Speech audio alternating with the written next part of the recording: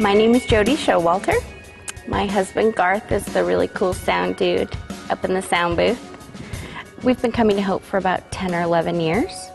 And throughout that whole time, the church has really been praying for me because for literally years, because I have had such poor health and with numerous hospital stays. And my health is kind of a mystery to doctors. I've got high blood pressure spikes that are uncontrollable and migraines, and those turned into seizures, and I've even been in a couple of comas. So I've been in the hospital for weeks at a time, and people have been praying for me and have been meeting our needs mentally and spiritually and emotionally and physically. And we just wanted to give an update. My name is Garth Showalter, and I'm the husband of Jodi Showalter. And we've been married for about 19 years, and she's been really struggling with illnesses through 13 or 14 of those years. And it's been very difficult at certain times, and especially during the past 3 or 4 years, it's been very difficult.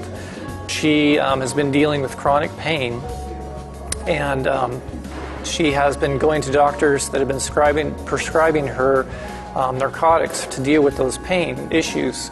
But at the same time, the pills are a double-edged sword. And so the more you take, the more the pain comes back, and the pills cause their own kind of complications. And it was causing a kind of vicious cycle. They put me on pain medication 5 years ago. And with narcotics, the longer you take them, the more you need. And the more you need, the worse you feel. And I got completely out of control on medications. I was in my room, not leaving my room for weeks at a time, in my cave with the blinds shut and just waiting to die. I was going through hundreds of narcotics every month.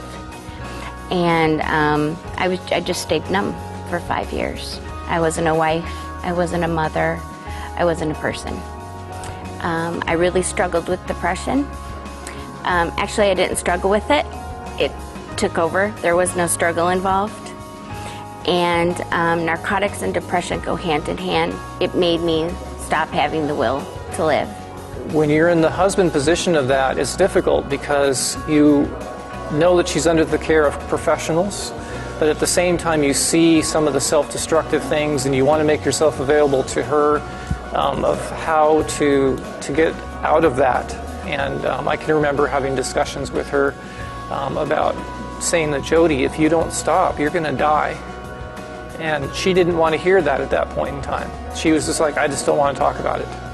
But being as her husband, you are responsible to making sure she understands that if she does not turn and stop, she is going to die.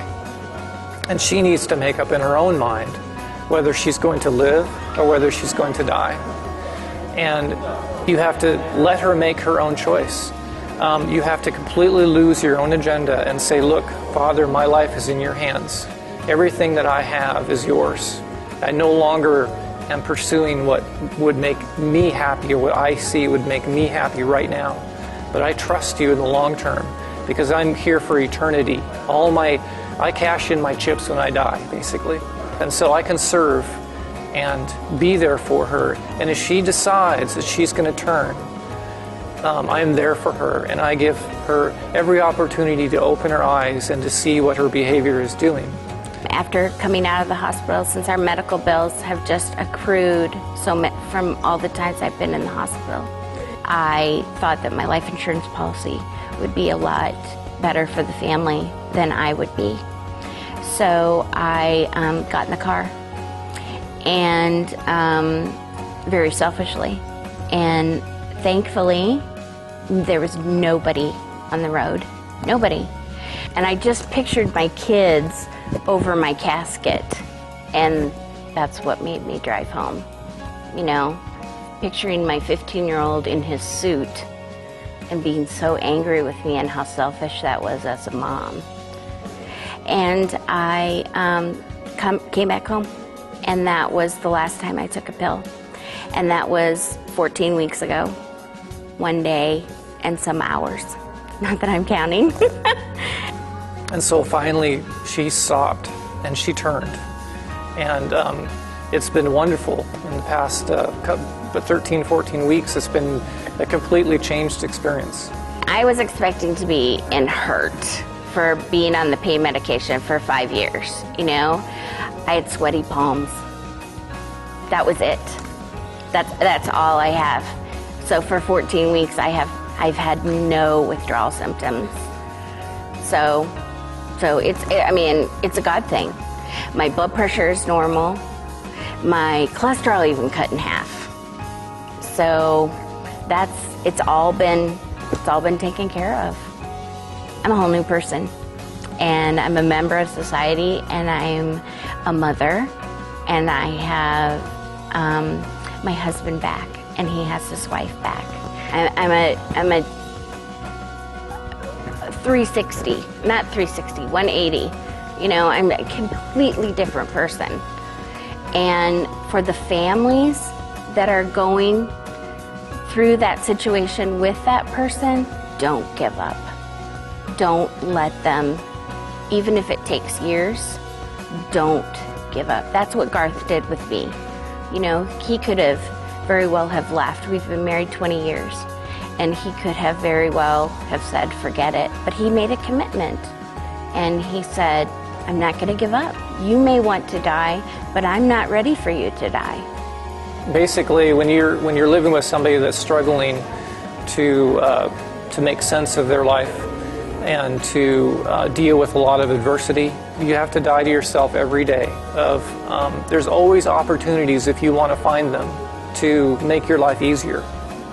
But you have to choose to ignore those, and you have to choose to serve and choose to stay in the fire.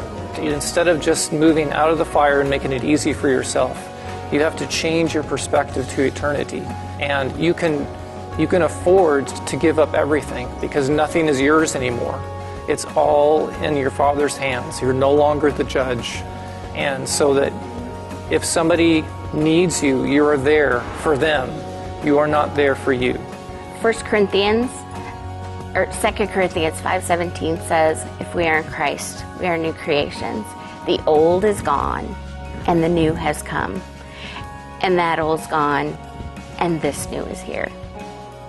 I think that in my situation, God just gave me a complete sense of peace, and also deferring any type of judgmental attitude to God, of saying, God, I am not capable of judging, but you are, and I give that authority to you. I no longer am judging. And that releases you from any bitterness that may have accumulated over 14 years. And it's just gone. And so it's been a great testimony to God's glory and God's understanding of the long term of the time. We don't see the time.